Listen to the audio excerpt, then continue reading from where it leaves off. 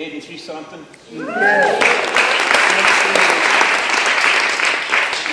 Last week she celebrated 36 years with her first husband. Best decision she ever made. In September of '06, I was diagnosed as a type 2 diabetic. I had no energy. I was run down. I had to force myself to get up each day and just get out. No enthusiasm in my life, and as a minister, you've got to project that image and all, but with all of the worries of pastoring a church, revivals, church camps, by September, I was exhausted and I knew something was wrong, so I went to my doctor.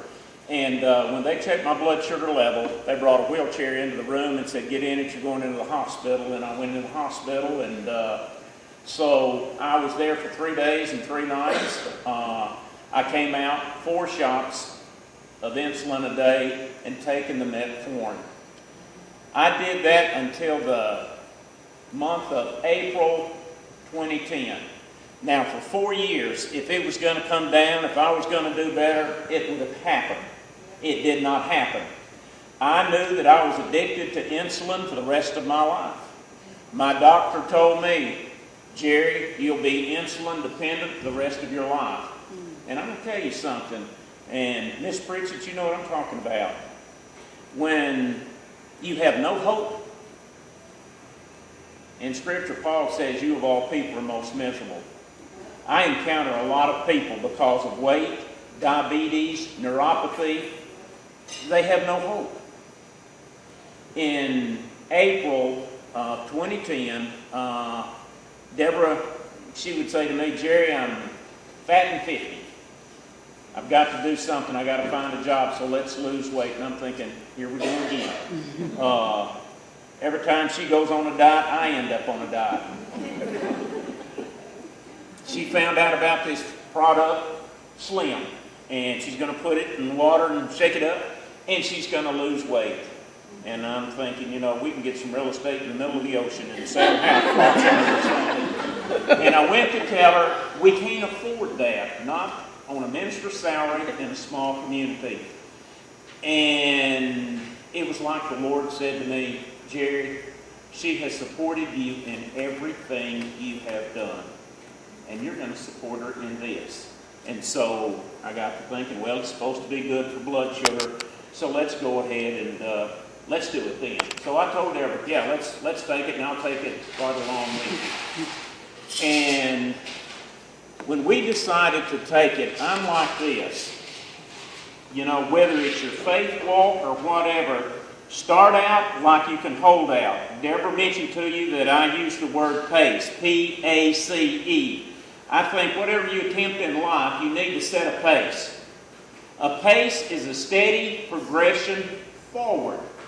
P stands for Plexus limb. A, appetite. C, getting control of your life. E, exercise. I do that every day. I take my Plexus limb, I watch my appetite, I'm in control of my life. This morning I walked for 5 miles. Takes me about an hour and 15 minutes. And that combination I started seeing my blood sugar numbers drop. And I'm thinking, hey, wait a minute. This Plexus limb, it's helping me to lose weight. My blood sugar's coming down. Nobody mentions it, but I'll tell you, since I started drinking Slim, I sleep better at night. I sleep much more sound than I did before. And over a 6-month period in 2010, my blood sugar came down, and my doctor, she said, "Jerry, you got to be careful here. For some reason, your blood sugar's coming down." And I thought, yeah, I know why my blood sugar's coming down. I'm taking Slim. And she says, "Well, you need to adjust your insulin." Over a 6-month period, I got off my shots completely. I haven't had any insulin since the fall of 2010. I tell you, insulin the longer you're on it, the more you're going to have because you build a resistance to it. And that stuff can be hard on your kidneys as well. I feel great. My kidney function is where it's supposed to be. And I've got all kinds of energy. And I lost 43 pounds. And I feel great. I was going to also tell you about the fast relief, the nerve wellness. Now, I'm going to say this to you. I don't do anything without my doctor telling me that they're in agreement with me. I show them everything I take, and when they say, Jerry, you can do that, so I stay under the advice of my doctor. And where I was going to a doctor once a month and then every 3 months, I don't go but once every 6 months, and if things keep going like it is, she said, I'll see you once a year again. But the Plexus product, I mean, it gave me more than hope. It got me off of insulin, and it turned my life around, and I'm not a couch potato anymore. But because of diabetes, I had lost sensation in part of my hand and part of my leg, and I had neuropathy in my feet, or I would have these shooting pains. It was the equivalent of somebody taking a ice pick and just sticking it in your foot. And you'd get 5, maybe 10, 15, just pow, pow, and it's very painful. And it's very distracting when you're in the pulpit and it happens.